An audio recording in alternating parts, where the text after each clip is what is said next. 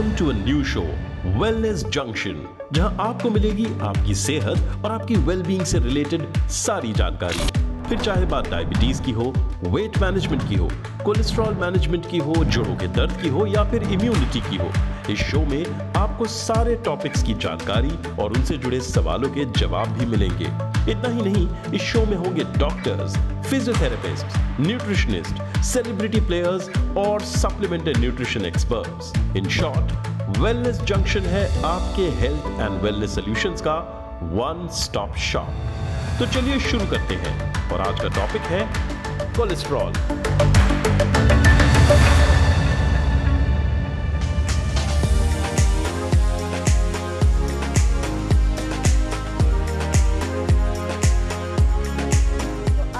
जो टॉपिक है ये सुन के हर कोई डरता है, कोलेस्ट्रॉल। डॉक्टर अनीश, कोलेस्ट्रॉल ही सुन के ही क्यों डर लगता है? ये है क्या कोलेस्ट्रॉल? तो आप देखोगे तो बॉडी के essential nutrients which I always keep on talking, which is carbohydrates, fats, protein, vitamins, minerals। इसमें जो फैट्स पार्ट रहता है उसका जो एक फाइनल बॉडी में जो सर्कुलेट होता है, it's in the form of cholesterol.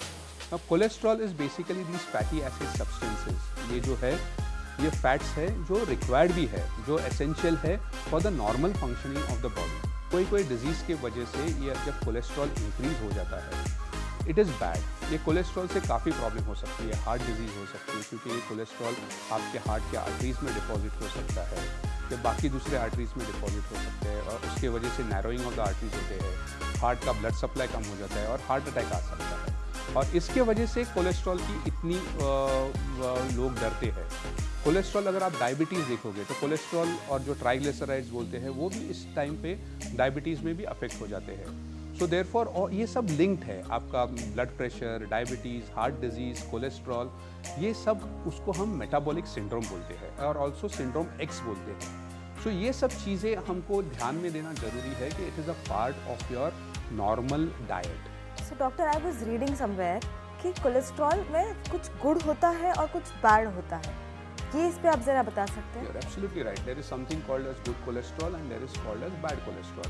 So जो आपके कोलेस्ट्रॉल के पार्टिकल्स रहते हैं वो एक साइज और माइक्रॉन्स में बटे हुए रहते हैं।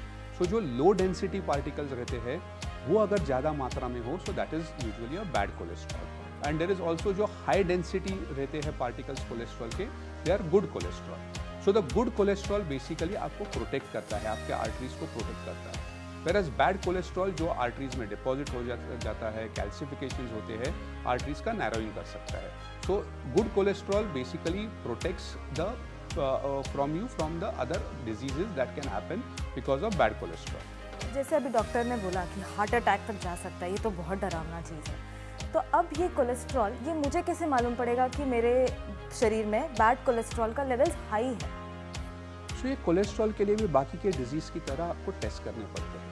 सो क्या होता है कि देयरफॉर हम रेकमेंड करते हैं कि एक सर्टन एज के बाद, may be after 40, specially if you are high risk, अगर आपको हाइपरटेंशन है, आपको डायबिटीज़ है, देन आपको रूटीनली आपके टेस्ट करनी चाहिए। आपके ब्लड टेस्ट करने चाहिए, आपके लिवर फंक्शंस के टेस्ट करने चाहिए, आपको आपके किडनी फंक्शंस के टेस्ट करने चाहिए, आपको कोलेस्ट्रॉल के टेस्ट करने चाहिए। ये सब जब आप टेस्ट करोगे तो आपको पता चल जाएगा कि आपकी कोलेस्ट्रॉल लेवल्स ब्लड में कितने हैं और गुड कोलेस्ट्रॉल कितना है, बैड कोलेस्ट्रॉल कितना है। ये सब आपको फिर बताएगा कि आपको क्या करना चाहिए। अगर आपका कोलेस्ट्रॉल सही है तो आपको कोई डरने की चिंता नहीं है। अगर कोलेस्ट्रॉल सही नहीं है, कितना सही नहीं है, कितना ज़्यादा है आपके ब्लड में, ये भी इंपॉर्टेंट है। दूसरे, आपके कोमॉर्बिडिटीज़ क्या है कोलेस्ट्रॉल के साथ, क्या आपको डायबिटीज़ है, क्या आपको ब्लड प्रेशर है, ये सब चीज़ें जानना बहुत ज़रूरी है। अब जैसे ही कोई बोलता है कि कोलेस्ट्रॉल है किसी को, तो फर्स्ट थिंग वो पर्सन बंद करता है फैट्स खाना। Is that the solution? So basically when the cholesterol is there, as I said, cholesterol जो आता है वो फैट्स की वजह से आता है। तो फैट्स में भी गुड फैट्स और बैड फैट्स रहते हैं। Therefore you have to take the right quantity and a good fat which is there. Cholesterol, कोई फूड आइटम्स रहते हैं which are very very high in cholesterol, like जो आपका शेल फिश रहते हैं, जो नॉन वेजिटेरियन है, जो फिश खाते हैं, शेल फिश रहते हैं, जैसे कि आपके प्रॉन्स है, क्रैब्स है, they are very high in cholesterol. आपका चीज़ है, आपके पेस्ट्रीज और कोई डेजर्ट्स है, they are very high in cholesterol. So you have to avoid some of these foods.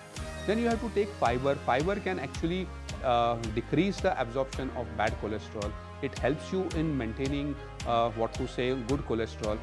So fibres लेना, प्रॉपर डाइट लेना फिर इंपॉर्टेंट बनता है आपके लिए। एक्सरसाइज करना बहुत इंपॉर्टेंट रहता है। सो ऐसे नहीं है कि आप सडनली बंद कर दो, सब चीज़ें बंद कर दो, क्योंकि ये कोलेस्ट्रॉल जैसे मैंने आपको समझाया कि ये बॉडी के फंक्शनिंग के लिए इंपॉर्टेंट है। जो आपके बॉडी में जो सेल्स रहती है उनके फंक्शनिंग के लिए इंपॉर्टेंट है। तो ऐसे नहीं है कि आपको कोलेस्ट्रॉल जीरो कर देना है। कोलेस्ट्रॉल एक लेवल में होना चाहिए जो आपकी ब्लड टेस्ट आप जब करेंगे तो आपको पता चल जाएगा, और आपके डॉक्टर है वो आपको बता देंगे कि ये कोलेस्ट्रॉल आपको कितना है, आपको कितना कोलेस्ट्रॉल मेंटेन करना है, आपको क्या करना है।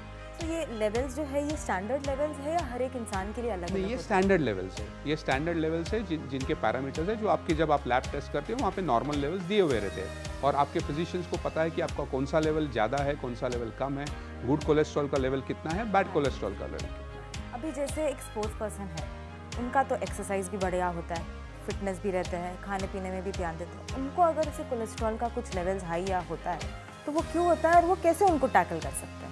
तो जब आप देखेंगे कि कोलेस्ट्रॉल में कोई लोगों में कोई स्मॉल सर्टन पॉपुलेशन एक हेरिडेटरी प्रॉब्लम होता है, तो शायद वो भी हो सकता है जिसको हम फैमिलियल हाइपर कोलेस्ट्रोलेमिया कहते हैं। दूसरा क्या है, कोलेस्ट्रॉल कब बढ़ता है? कोई कोलेस्ट्रॉल के लेवल्स है डायबिटीज़ में आपके बढ़ सकते हैं। आप अगर कोई स्टीरॉइड्स पे हो तो आप बढ़ सकते हैं।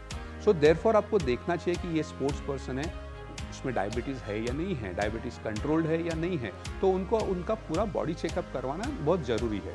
मेरी बहन को था, शी वॉज विद PCOS और उसका रिपोर्ट में कोलेस्ट्रॉल लेवल्स हाई आ रहा था। तो वाकई में मैं डर गई कि ये लेवल्स क्यों हाई। तो डॉक्टर ने बोला कोई नहीं, उसको दवाई की वजह से कुछ हुआ है। तो ऐसे कोई दवाई यहाँ होती है जिससे कोलेस्ट्रॉल बढ़ती है? एब्सोल्युटली। तो ऐसी दवाई है, कोई एंटी हाइपरटेंसिव मेडिकेशंस है, बीटा ब्लॉकर्स जिसको हम बोलते हैं, कोई स्टीरॉइड्स है, ये कोलेस्ट्रॉल को बढ़ा सकती है। सो जब आप ये मेडिकेशंस ले रहे हैं तो आपका फिजिशियन है वो ध्यान रखेगा कि, और आपको बताएगा भी कि इससे आपकी कोलेस्ट्रॉल बढ़ सकती है, या अगर आपके पास ऑलरेडी कोलेस्ट्रॉल आपका हाई है तो डॉक्टर वो दवाइयाँ प्रिस्क्राइब नहीं करेगा। एक और सवाल डॉक्टर, ये कैसे हम अभी टैकल कर सकते हैं कि मुझे कोलेस्ट्रॉल कभी ना हो? सो कोलेस्ट्रॉल हर चीज़ें के, जैसे मैंने बोला कि lifestyle, healthy lifestyle is very important. So having a good diet, preventing or not eating junk food, not having those very fatty food which is there, avoiding these kind of food stuff is important. Having good amount of fibrous diet, fruits, vegetables is important so that you can take care of it. And on a holistic basis, I would suggest that you should take care of your cholesterol, your diabetes, your hypertension, your heart diseases. So a healthy lifestyle is very, very important to maintain these levels. जैसे doctor Anish ने कहा, cholesterol एक ऐसा health condition है जो easily tackle हो सकता है with good food, diet and fibre.